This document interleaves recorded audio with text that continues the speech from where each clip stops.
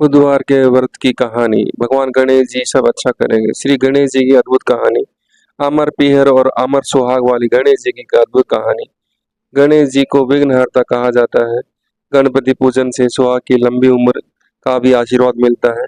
बुधवार के दिन गणेश जी पूजा के साथ ये कथा सुने। भगवान श्री गणेश की पूजा हर पूजा से पहले की जाती है।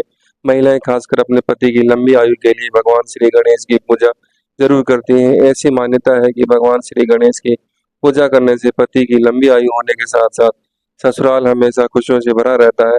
वहाँ कोई भी दुख दरिद्रता कभी नहीं आती है। तो आइए जाने सुहाग की लंबी आयु देने वाले भगवान श्री गणेश की अद्भुत कहानी। भगवान श्री गणेश की सुहाग का आशीर्वाद देने वाली कथा।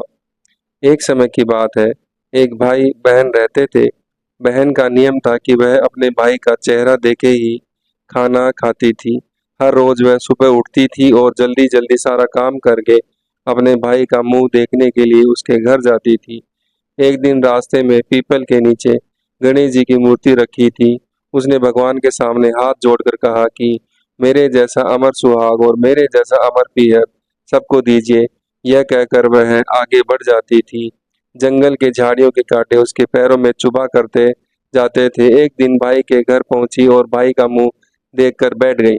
तो भाभी ने पूछा, पैरों में क्या हो गया? यह सुनकर उसने भाभी को जवाब दिया कि रास्ते में जंगल के झाड़ियों के गिरे हुए कांटे पांव में चुभ गए हैं। जब वह वापस अपने घर आ जाए तब भाभी ने अपने पति से कहा कि रास्ते के कांटे साफ करवा दो, आपकी बहन के पांव में बहुत सारे कांटा चुभ गया है। भाई ने तब कुल्हाड़ी लेकर सारी झाड़ियों को काट कर रास्ता साफ कर दिया, जिससे गणेश जी का स्थान भी वहां से हट गया। यह देखकर भगवान गुस्सा हो गए और उसके भाई के प्राण हर लिए। लोग अंतिम संस्कार के लिए जब भाई को ले जा रहे थे तब उसकी भाभी रोते हुए लोगों से कही, थोड़ी देर रुक जाओ, उसकी बहन आने वाली है। वह अपने भाई का मुंह देखे बिना नहीं रह सकती है।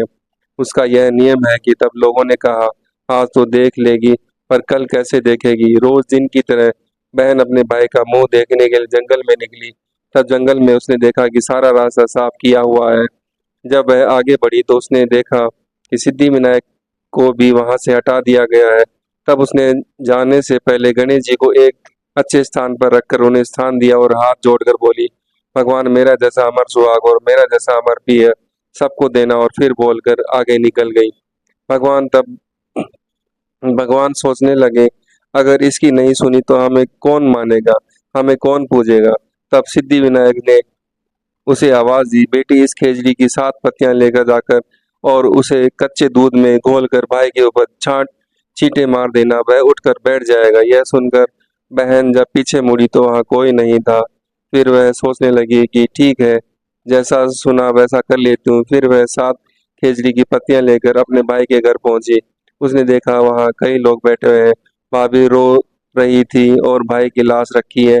तब उसने उस पत्तियों बताए हुए नियम के तहत भाई के ऊपर इस्तेमाल किया।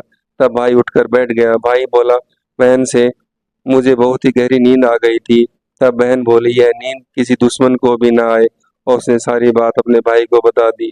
तो मान्यता के अनुसार गणेश जी की चमत्कारी कहानी यहाँ समाप्त होती है।